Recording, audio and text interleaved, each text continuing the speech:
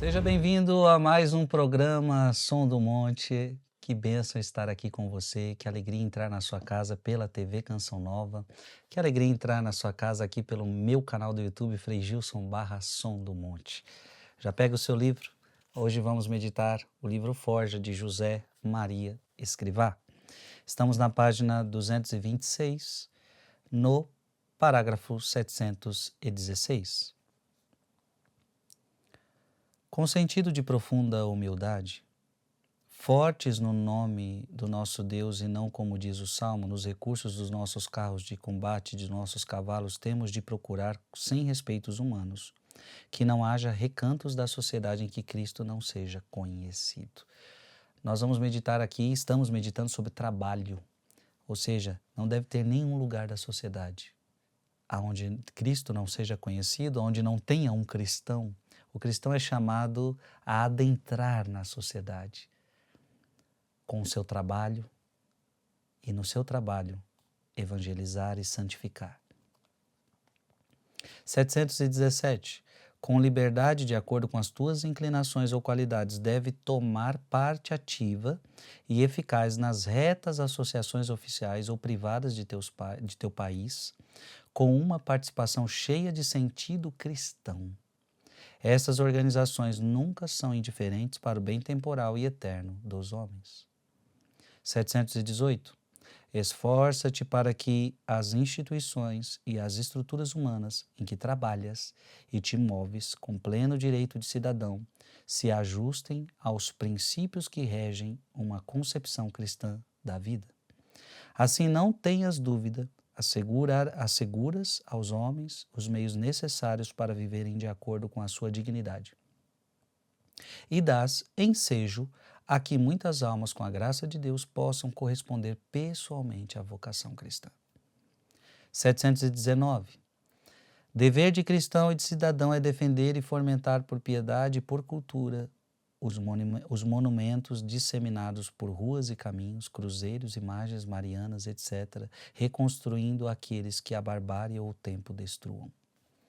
720. É necessário neutralizar com denodo essas liberdades de perdição, filhas da libertinagem, netas de más paixões, bisnetas do pecado original, que, como se vê, descendem em linha reta do diabo.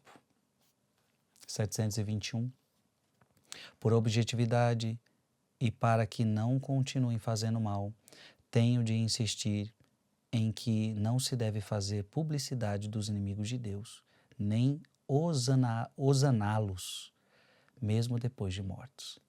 Que interessante, né? Olha que interessante. Para que não continuem fazendo mal, tenho de insistir em que não se deve fazer publicidade dos maus, dos inimigos de Deus. Interessante, né? O mundo que a gente vive muitas vezes é um mundo que faz publicidade dos maus. Pessoas que foram más.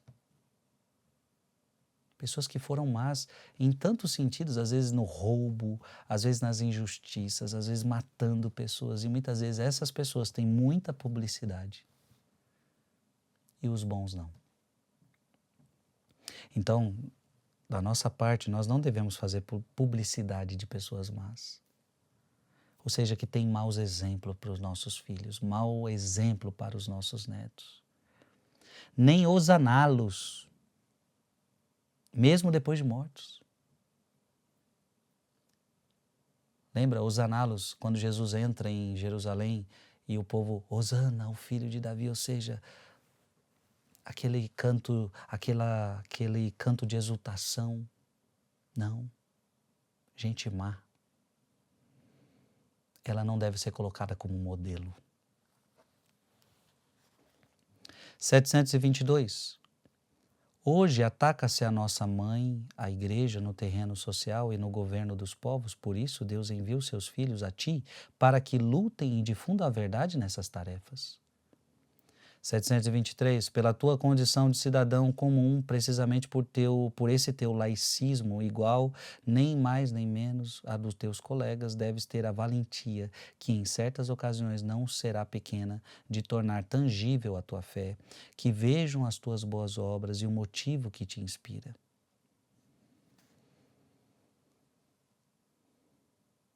Ou seja,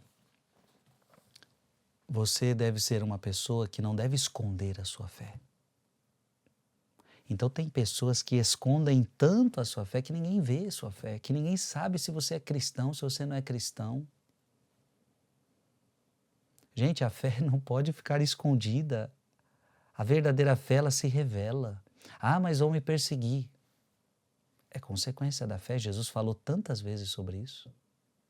Se odiaram a mim, vão odiar vocês.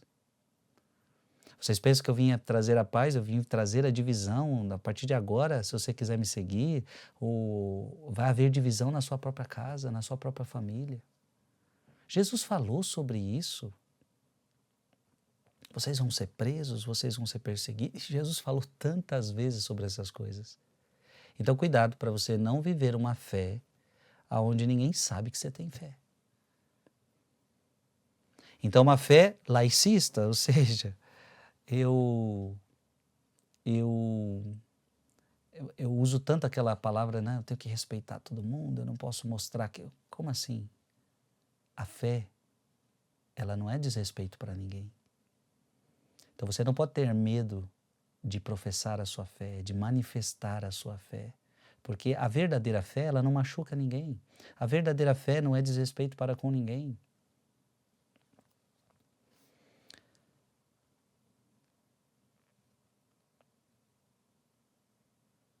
(724) Um filho de Deus, tu, não deve ter medo de viver no ambiente profissional, social, que lhe é próprio, nunca está só. Deus, nosso Senhor, que sempre te acompanha, concede-te os meios para que Ele seja fiel e para que leves os outros até Ele. 725. Tudo por amor. Este é o caminho da santidade e da felicidade. Enfrenta com essas miras as tuas tarefas intelectuais, as ocupações mais altas do teu espírito e as coisas mais terra, essas que necessariamente temos de cumprir todos, e viverás alegre e com paz. 726. Tu, por seres cristão, podes ceder, dentro dos limites do dogma e da moral, em tudo que for teu, e ceder de todo o coração, mas no que é de Jesus Cristo não pode ceder. Olha que pensamento forte, né? Você tem as suas ideias, você criou os seus estudos, você tem o domínio sobre determinada área e você pode ceder naquilo que você aprendeu, naquilo que você tinha como convicção, você pode ceder. Olha, eu pensava assim, mas agora eu não penso mais. Então, na vida, isso pode acontecer, você pode ceder. No que diz respeito a você, você pode ceder, mas no que diz respeito a Jesus Cristo, você não pode ceder. Essa palavra é forte. Então, em outras palavras, se Jesus falou que é assim, eu não posso dizer que é diferente. Ah, mas por que você cristão não cede nisto? Por que você cristão não cede neste ponto? Mas eu não tenho autorização para ceder. A questão é, eu posso ceder o que é meu. Eu não posso ceder o que é de Cristo. Eu não tenho poder para mudar essa palavra. Olha que coisa séria. Abra sua Bíblia aí, na última página da sua Bíblia, no livro do Apocalipse, capítulo 22. Apocalipse, capítulo 22. Na última página. Capítulo 22, versículo 18 a 19. No que diz respeito a você, você pode ceder. Mas você não pode mexer no que é de Cristo, como cristão. Olha o que está escrito. Eu declaro a todos aqueles que ouvirem as palavras da profecia deste livro. Se alguém lhes ajuntar alguma coisa, Deus ajuntará sobre ele as pragas descritas neste livro. Então, eu não tenho autorização para acrescentar nada neste livro. Se eu acrescentar alguma coisa, Deus vai acrescentar sobre a minha vida as pragas deste livro. Versículo 19. E se alguém dele tirar qualquer coisa, Deus lhe tirará a sua parte da árvore da vida e da cidade santa descritas neste livro. Eu não tenho autoridade para colocar e nem para tirar. Você está entendendo? Gente, isso é muito sério. Com a palavra de Deus, não brinque. Com a palavra de Deus, não é a tua palavra, é a palavra de Deus. Então, você pode ceder no que diz respeito a você, mas não pode ceder no que diz respeito a Jesus Cristo. O que está escrito, está escrito.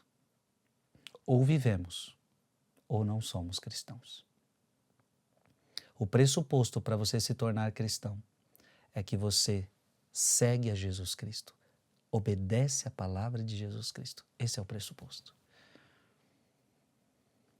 Gente, o programa está bom demais. Um breve intervalo e a gente já retorna. É um breve intervalo, não sai daí. Estamos de volta ao programa Som do Monte. É sempre uma alegria ter você aqui comigo, acompanhando este programa tão especial. Nós estamos com o livro Suco, ou melhor, Forja, de José Maria Escrivá, e estamos meditando sobre o trabalho. Estamos na página 229, no parágrafo 727. Quando tiveres de mandar, não humilhes. Procede com delicadeza, respeita a inteligência e a vontade daquele que obedece. Nós estamos meditando sobre trabalho. E quando você trabalha, muitas vezes você tem que mandar em outra pessoa, né? Às vezes você não é nem o patrão, mas o seu cargo na empresa, naquele negócio, às vezes vai exigir que você mande sobre outra pessoa. Então, se você tiver que mandar em alguém, não humilhes.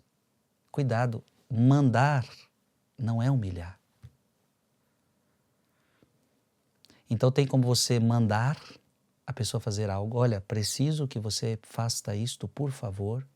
O nosso chefe pediu, ou eu estou te pedindo. Eu preciso que você faça isso urgente, por favor. Tal. Outra coisa é você pedir humilhando, mandar humilhando. Faz isso porque senão você vai ser despejado. Faz isso porque senão você vai ver o que te acontece. Olha, você não tem valido para nada, mas faz isso. Então, quando você tiver que mandar alguém, não mande humilhando a pessoa. Proceda com delicadeza. Respeite a inteligência, a vontade daquele que lhe obedece. 728. Logicamente tens de empregar meios terrenos, mas põe um empenho muito grande em estar desprendido de tudo que é terreno, para usá-lo pensando sempre no serviço de Deus e aos homens. É claro que nós somos terrenos, é claro que nós vivemos nesta terra, mas a nossa lógica deve ser uma lógica de Deus. Vivemos nesta terra com uma lógica de Deus. 729. Planejar tudo? Tudo, disseste-me. De acordo, é necessário exercitar a prudência, mas tenha em conta que os empreendimentos humanos, árduos ou comuns, reservam sempre uma margem de imprevistos. E que um cristão, além disso, não deve barrar o passo à esperança, nem prescindir da providência divina. Tem gente que não quer planejar nada, vive sempre de improviso. Viver sempre de improviso não é bom. A nossa vida precisa ser uma vida organizada. Sim. Agora, esse é um extremo, né? O que não organiza nada. Agora tem outro extremo do que quer organizar tudo. Tudo tem que ter organizado, tudo tem que estar no horário. E quando alguma coisa sai, porque a vida, minha gente, tem imprevisto. A vida tem imprevisto. É verdade, não é? Por mais que você se organize, a vida tem imprevistos. Então, o cristão é aquele que sabe lidar com uma margem de imprevistos. E você tem que se sair bem, sair alegre, se divertir com essa situação, saber se adequar a essa situação. O imprevisto às vezes é bom, às vezes é ruim. O imprevisto às vezes acontece de uma forma que, poxa, eu não estava esperando por isso, foi melhor do que eu esperava, mas às vezes o imprevisto é algo que você não queria que acontecesse. E aí? Ah, mas foi tudo planejado, mas e quem errou aí já quer achar o culpado e já começa a briga. Calma. Por isso toma cuidado, o que não planeja nada é ruim, o que planeja tudo e não está preparado para uma margem de imprevisto, cuidado. 730. Tens de trabalhar com tal sentido sobrenatural que só deixes observar pela tua atividade para divinizá-la. Assim, o que é terreno se converte em divino, o que é temporal se converte em eterno. 731. As obras em serviço de Deus nunca se perdem por falta de dinheiro, perdem-se por falta de espírito. Que bonito, né? Vou repetir. As obras em serviço de Deus nunca se perdem por falta de dinheiro, perdem-se por falta de espírito. No empreendimento humano, às vezes não ter o dinheiro, ele não vai para frente. Mas na obra de Deus, você não precisa do dinheiro para algo ir para frente. Precisa só de espírito em Deus. Ou seja, uma obra terrena precisa de coisas humanas para ir para frente. Uma obra de Deus, ela precisa de você, do seu espírito, de você estar centrado em Deus para que aquilo vá para frente. Não desfazendo do que é terreno, mas a obra de Deus, ela não depende de dinheiro para acontecer. E com isso eu não estou dizendo que o dinheiro não é importante, até, por exemplo, para essa obra de Deus que nós estamos fazendo agora, é claro que o dinheiro também foi importante. Eu estou aqui com câmeras na minha frente, com tanta realidade que o dinheiro conquistou. Mas aí que está, não é o dinheiro que conquistou. O dinheiro é só algo necessário para este mundo, é uma ferramenta, mas o mais importante é o espírito, é o espírito. 732, não te dá alegria sentir tão perto a pobreza de Jesus? Como é bonito carecer até do necessário, mas como ele oculta e silenciosamente. 733, a devoção sincera, o verdadeiro amor a Deus leva ao trabalho, ao cumprimento, ainda que custe, do dever de cada dia. 734, tem-se posto de relevo, muitas vezes, o perigo das obras sem vida interior, que as anime. Mas deveria também sublinhar-se o perigo de uma vida interior, se é que pode existir sem obras. Interessante, né? É perigoso uma vida de muitas obras, sem vida interior. Marta, Marta, tu te preocupas com muitas coisas. Cuidado então com uma vida de muito trabalho, fazer. Uma só coisa te é necessária e Maria escolheu a melhor parte. Então é perigoso uma vida só de obras. A pessoa que quer só trabalhar e não quer rezar. É perigosíssimo. Agora, é também perigoso uma pessoa que só quer rezar e não quer trabalhar. Só quero rezar e não quero trabalhar. Isso também é perigoso.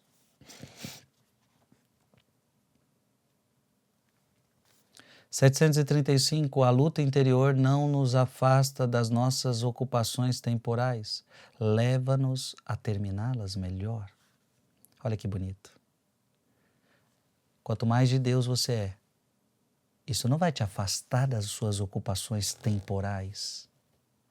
Isso não vai te afastar do seu trabalho. Pelo contrário, vai levar você a terminar os seus deveres nesta terra de uma forma melhor. Então, o cristão não é aquele que, depois que eu me torno uma pessoa de Deus, o meu trabalho fica incompleto. Não, pelo contrário, quanto mais eu sou de Deus, eu vou trabalhar melhor. Em tese, Qualquer dono de uma empresa, de um negócio, precisava querer ter cristãos, porque ele devia dizer, os cristãos terminam, os cristãos fazem bem o seu trabalho. Mas será que é assim? Então o cristão não é aquele que faz de qualquer jeito, porque isso é uma coisa terrena, isso é uma coisa deste mundo, não. O cristão, ele diviniza até mesmo as coisas temporais. 736.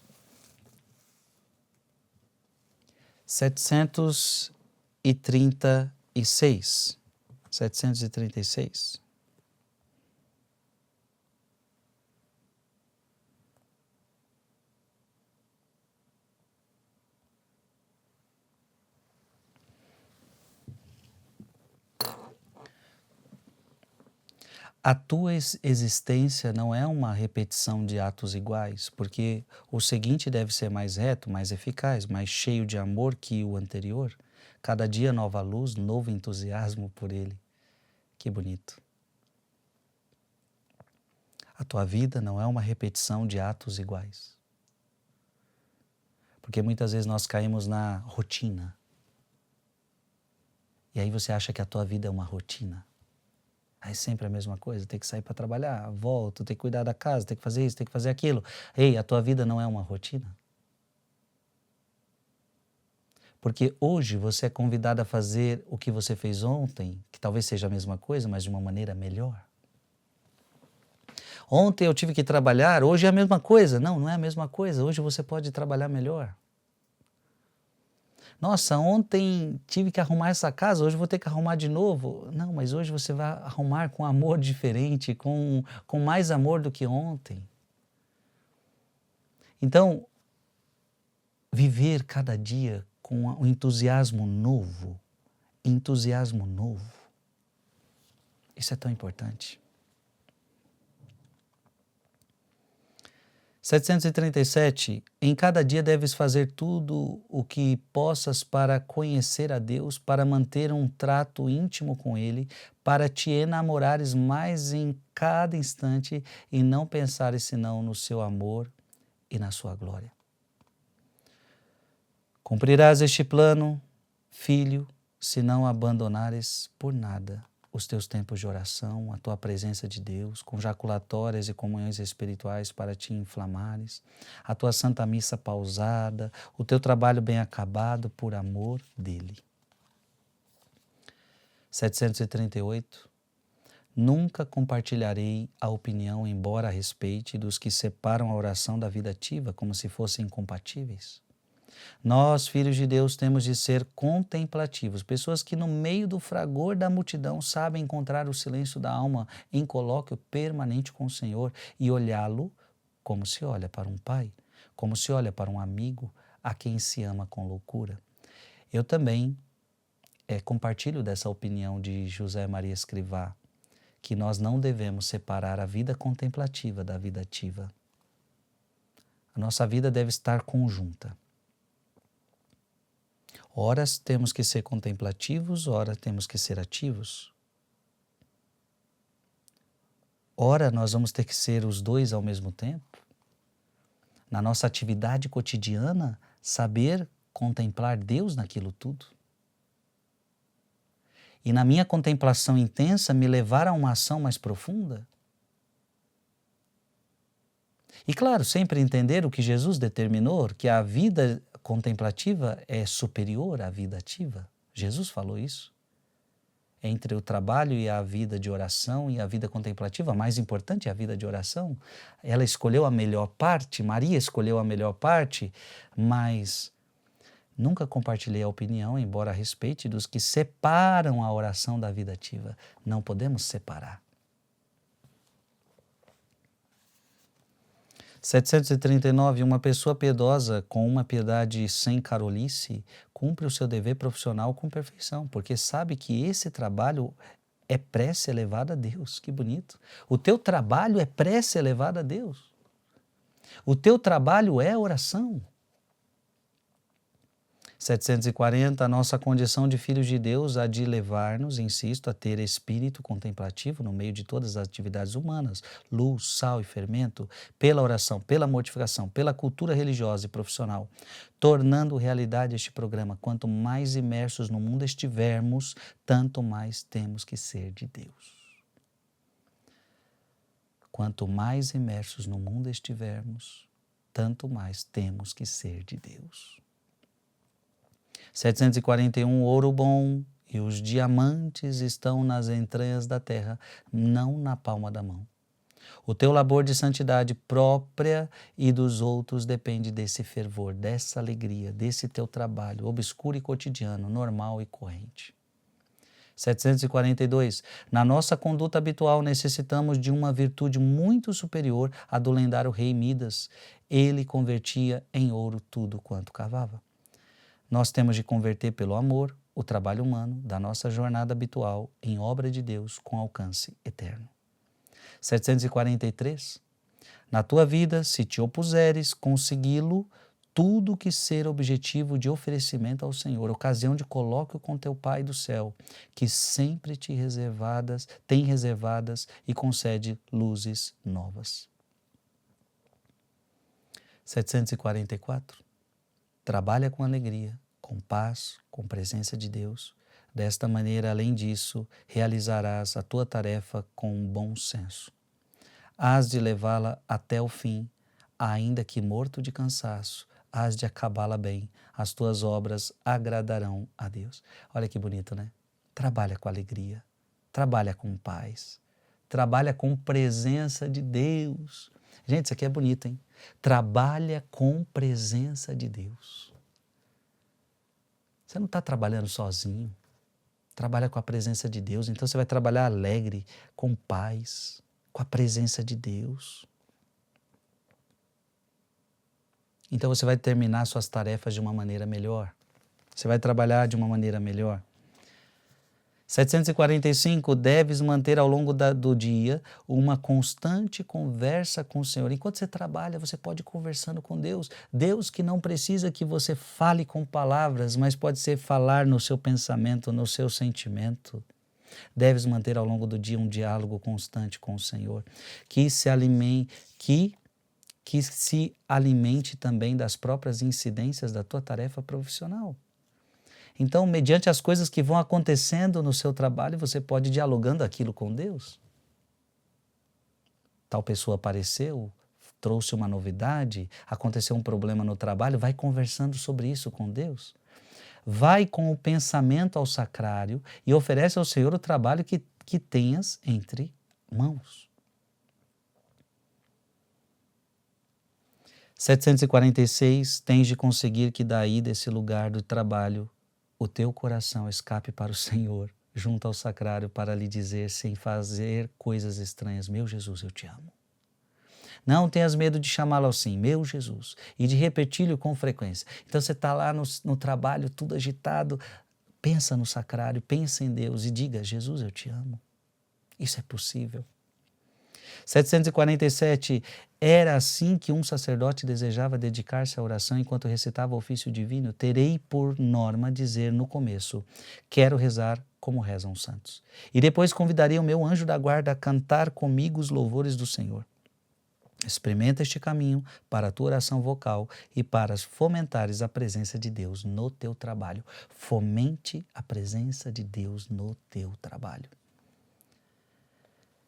748, recebeste a chamada de Deus para um caminho concreto, meteres-te em todas as encruzilhadas do mundo, enquanto tu, dentro do teu trabalho profissional, metido em Deus. Você está entendendo? José Maria Escrivá está te convidando ao quê? No teu trabalho você está em Deus. Você não vai se afastar de Deus. Que o teu trabalho não seja o lugar onde você se afasta de Deus. Não, pelo contrário. No meu trabalho eu estou em Deus. Pensando nele o tempo todo, dialogando com ele o tempo todo, trabalhando, não desconcentrado no meu trabalho, mas com a presença de Deus fazendo o meu trabalho melhor. Por fim, 749, não percas nunca de vista o ponto de mira sobrenatural. Retifica a intenção, como se vai retificando o rumo do navio no mar alto, olhando para a estrela, olhando para Maria, e terás a certeza de chegar sempre a bom porto. Que bom! Terminamos aqui sobre trabalho. Na próxima, entramos no próximo capítulo, que é sobre o crisol. Deus te abençoe. Até semana que vem, se Deus quiser. Que Deus te abençoe em nome do Pai, do Filho e do Espírito Santo. Amém.